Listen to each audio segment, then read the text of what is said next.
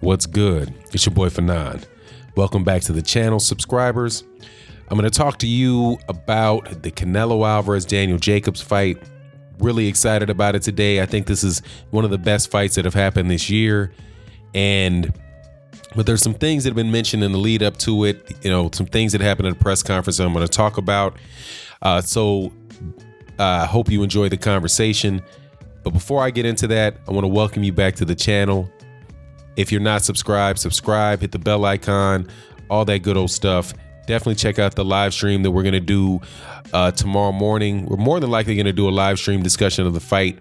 I'm out of town at my son's basketball game in Houston, so the logistics are a little funny. For this video, that's why I'm doing it. I'm just going to do it a screen because I didn't bring all the equipment necessary for the new way that we're doing our audio and our visual rather. So anyway, let's get to this. Canelo Alvarez and Daniel Jacobs. This fight, I think, is a very, very close fight if everything was on an even playing field. But I do not believe that everything is on an even playing field. In boxing, as we know, money talks and BS walks, and there are all kind of things that can take place in the negotiation for a fight, in the selecting of the judges, all kind of things that can go on that can put your fingers on the scale of justice, right? Tip the scales of justice in favor of the guy that is bringing in the most money, and that the person that is the main attraction. And obviously in this particular incidents, it is Canelo Alvarez. So what are those? Number one, there is some controversy. I haven't had a chance to check out Blue Blood Sports TV's video where I think I saw the title this morning. So if there's some information out there that I'm not aware of, this is me going off of a report that you will see in this video. I should have it up for you. It's from Mike Coppinger. It said Canelo and Jacobs both make weight. This is 16 hours ago. But there's another weigh-in tomorrow at 8 a.m. that's part of the fight contract where neither fighter can ellipse 170 pounds. The penalty is several $100,000 per pound. Now, that seems like that should be fair, right? Several, by the way, means 3 or more. So we'll just be conservative and say that the number that's being reported by Mike Coppinger is 300,000.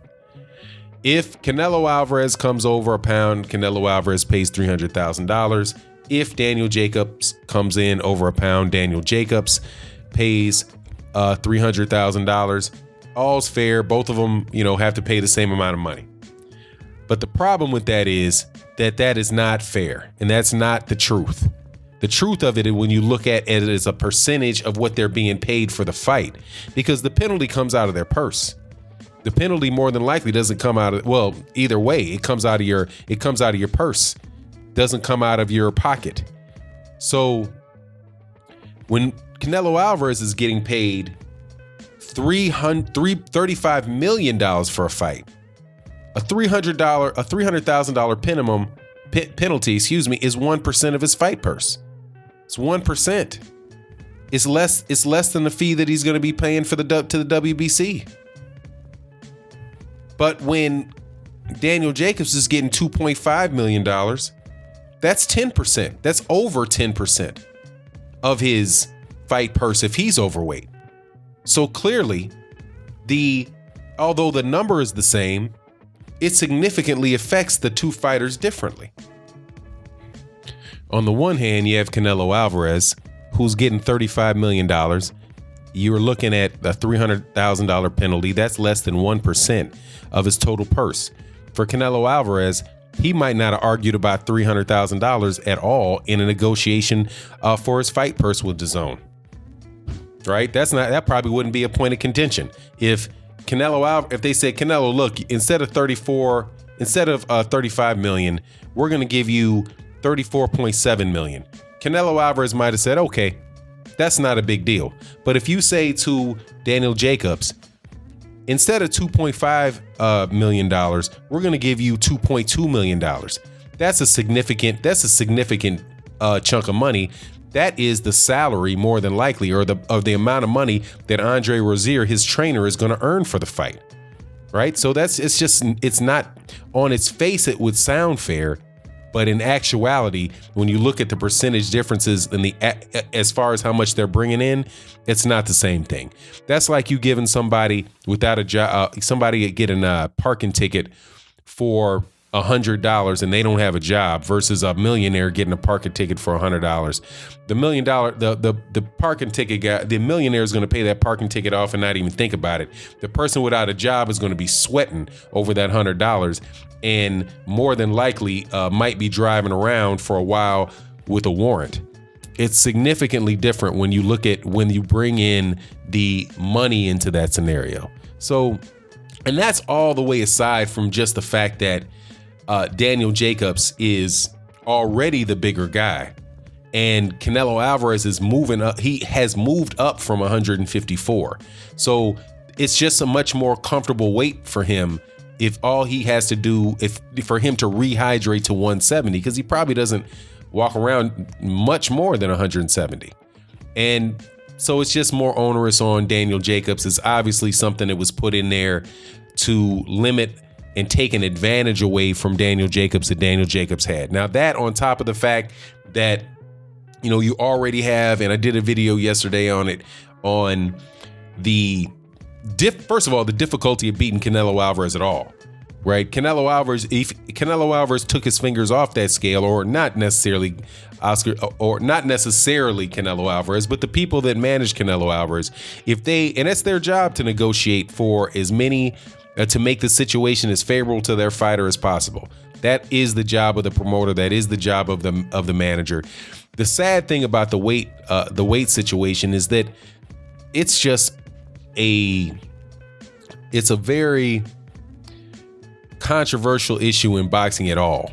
And the reason that it is a problem is because when I think it was after Dwight Muhammad Qawi pulled out of the fight with Michael Spinks back in 1982, when the networks, HBO and those guys, lost a whole lot of money because and the venues lost money because they had set that time slot aside for HBO. They had set the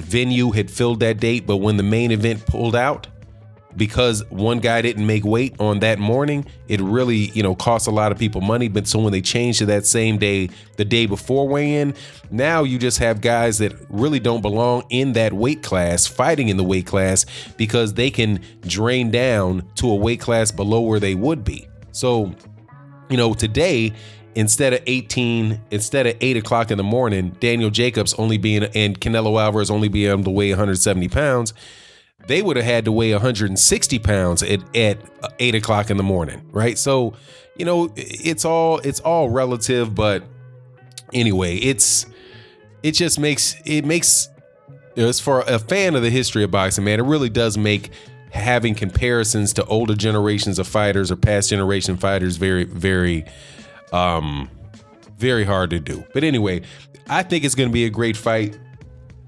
I do not maintain, this is my last point on this fight, but I do think that just the fact that this fight is on DAZN, and I had shout out to my wife who's in the other room listening right now because we're in a hotel room. She had me listen to a podcast that was on Sirius Radio with Jerry Cooney, and they were talking about the ticket sales for this fight. Well, they mentioned the ticket sales for the fight and some rumors that were heard by Kevin Iole of Yahoo Sports that the ticket sales aren't going very well on this fight, and at the end of it, they're going to wind up having to give away a lot of tickets to Canelo Alvarez and Daniel Jacobs. And it just reminds me of this line from that was associated with Lauren, what's the singer's name? Lauryn Hill, where they said, something that's not growing is dying. And that's the scenario with Canelo Alvarez stardom, I guess is the better way to say it, because not very many people are going to have access to watch this fight. My understanding is that there's less than 200,000, but I'm not going to say there's less than 1 million people that have the app, who have the DAZN app. And there might be 15, 16,000 people that are there. So all in total, not counting illegal streams, there might be, 70, 80,000 people that watch this fight, which is an absolutely great fight. And, I just really wonder, man, if this is a good thing for Canelo. Is Canelo going to continue to be, considered one of the brightest stars in boxing when nobody can see his light? But anyway, it is what it is, and we'll see what's happening. I'll check you out after the fight. Peace.